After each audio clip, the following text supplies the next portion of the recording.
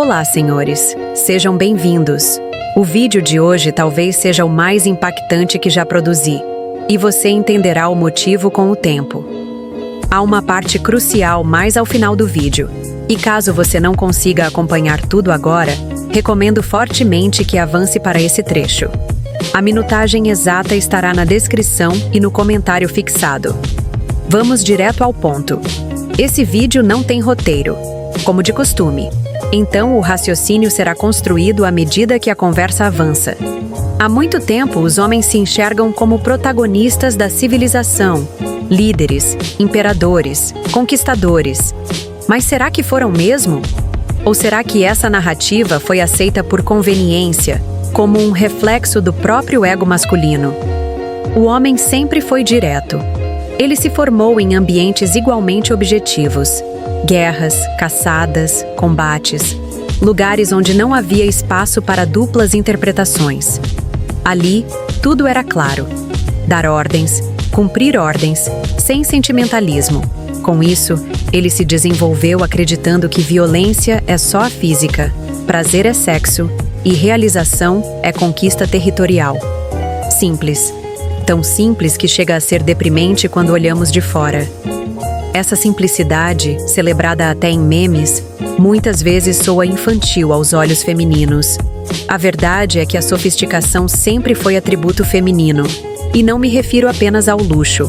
Mesmo os homens mais ricos tendem a um estilo de vida mais austero do que muitas mulheres com menor poder aquisitivo. Ao longo da história, a própria masculinidade foi uma resposta à feminilidade. Na Grécia Antiga, por exemplo, um homem só era cidadão completo se tivesse esposa e filhos. Sua integração na polis vinha através da mulher.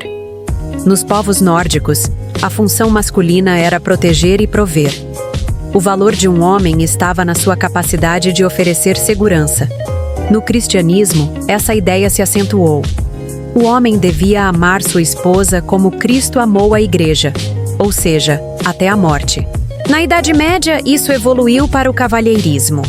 O homem passou a ser o protetor devotado, o que caminha do lado da pista para proteger sua companheira. Isso nada mais é do que um sistema de servidão que naturalizamos e chamamos de virtude. Hoje, somos levados a crer que as mulheres do passado foram vítimas constantes. Mas será mesmo? Em muitas culturas, elas cediam liberdades em troca de segurança. E isso era uma escolha consciente, prática e estratégica.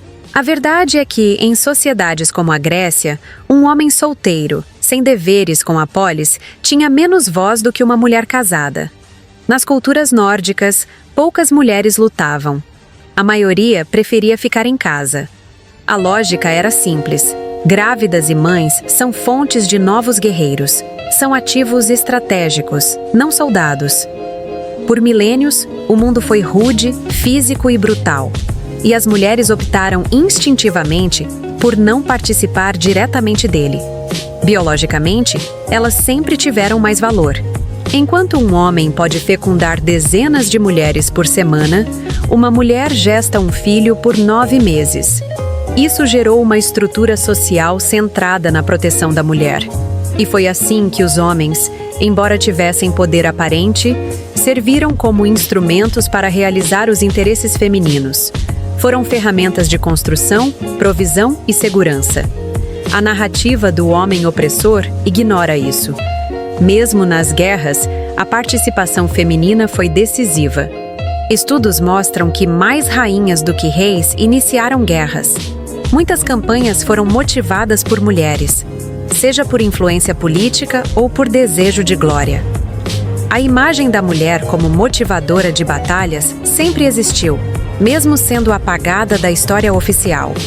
No pós-guerra, por exemplo, os homens voltavam mutilados, emocionalmente arrasados, enquanto as mulheres permaneciam vivas, muitas vezes como beneficiárias indiretas do conflito. No Vietnã, veteranos foram desprezados.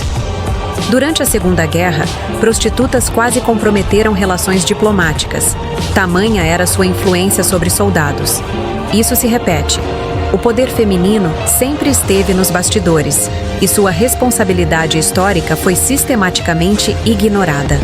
As mulheres são celebradas como agentes passivos, quando na verdade atuaram ativamente, nas motivações, nas influências, nas estratégias sociais. E, ironicamente, enquanto o homem foi levado a enxergar moralidade como valor absoluto, as mulheres sempre trataram isso como moeda. A moralidade, inclusive a sexual, foi construída por elas, para benefício delas. O valor da virgindade foi um instrumento criado para se diferenciar e se valorizar frente às outras. Homens acreditaram nesse mito, muitas vezes ensinados por mães, esposas ou por religiões moldadas ao gosto feminino. Mas o julgamento moral do homem é abstrato. Já o julgamento feminino é pragmático. Status, recursos, proteção. Um homem pode tentar parecer rico, mas isso desmorona rápido. Já uma mulher pode simular virtude com facilidade. Isso moldou os critérios de escolha sexual. Para as mulheres, o que importa é o que o homem tem. Para os homens, importa quem a mulher aparenta ser. Hoje, com a moralidade já sem valor de mercado, as mulheres a abandonaram. A ideia de casamento, amor e fidelidade já não serve mais. O amor romântico para elas sempre foi uma troca. E os homens, iludidos, continuam buscando o amor como devoção. Isso é visível no comportamento de muitos que ainda acreditam no amor eterno ou na mulher diferente das outras. Não entendem que essa diferença é fabricada para manipular suas escolhas. Muitos ainda acreditam que o problema está nos homens fracos, quando, na verdade, todos foram condicionados da mesma forma. A educação dos meninos é feita majoritariamente por mulheres, e os lares comandados por mães solteiras são a maioria. Os poucos homens que tentam exercer autoridade muitas vezes estão acuados por um mar de leis e normas que criminalizam até atitudes banais. A violência cometida por homens, inclusive, muitas vezes é motivada por frustração sexual, disputa por mulheres ou pela busca de aprovação social. A ostentação dos bandidos, dos artistas, tem sempre o objetivo de atrair mulheres. Essa é a motivação central e ela não é discutida. Mas não se trata de culpar. Se trata de reconhecer que há corresponsabilidade. Só que o discurso oficial nunca abordará isso. Mesmo nos ambientes mais críticos ao feminismo, muitos homens ainda reproduzem a ideia de que as mulheres foram apenas manipuladas. Eles não percebem que estão apenas repetindo narrativas convenientes e seguem culpando os próprios homens, sejam os ricos, os poderosos ou os fracos. Mas será que foram mesmo eles os manipuladores? Ou será que são os manipulados? Poucas mulheres quiseram estar nos cargos de liderança ao longo da história porque havia responsabilidade e risco.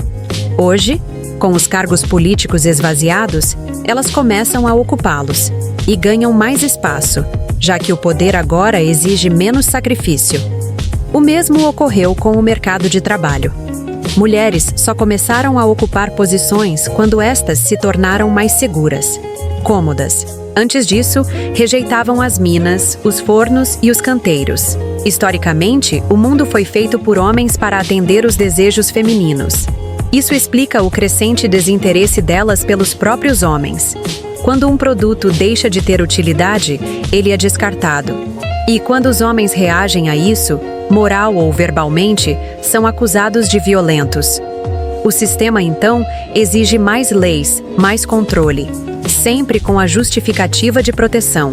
Leis que favorecem exclusivamente as mulheres, mesmo ferindo tratados de direitos humanos, são aceitas com naturalidade. Isso porque, apesar da negação, é o feminino que realmente comanda a moral pública e privada. A realidade é essa. O poder masculino sempre esteve condicionado ao serviço da mulher. A rebeldia dos homens, quando acontece, é vista como ameaça. E a solução, segundo o sistema, é mais domesticação. O que os homens devem fazer com essa informação? Antes de mais nada, não se trata de odiar. Não se trata de buscar revanche. Sentimentos como frustração, raiva ou desilusão são naturais, mas não devem guiá-lo. A dor precisa ser superada.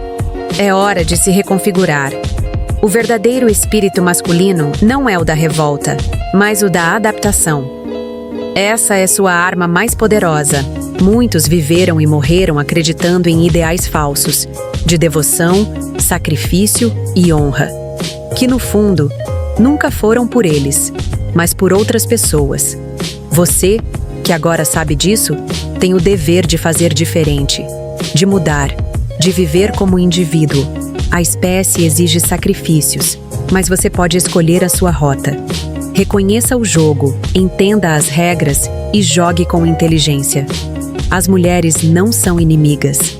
Apenas jogam conforme seus próprios interesses, e estão certas nisso.